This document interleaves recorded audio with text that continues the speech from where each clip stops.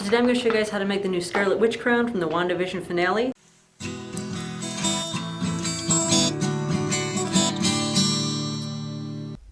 So I do have a free template for the crown. You want to start by drawing the plain piece and the piece with all the little pieces onto a piece of 2 or 3mm craft foam.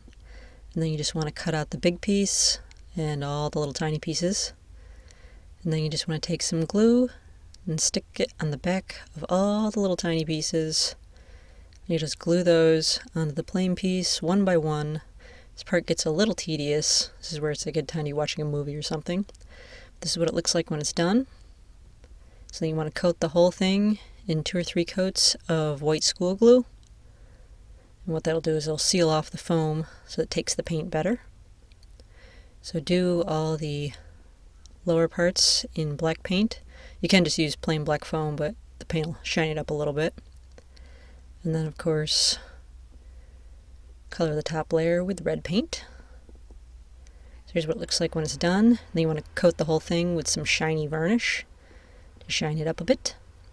So then take a piece of elastic long enough to go around your head. And then you want to take a little hot glue and put it on the corner of the mask.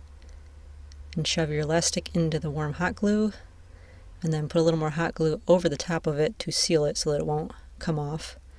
Then do the same thing on the other side.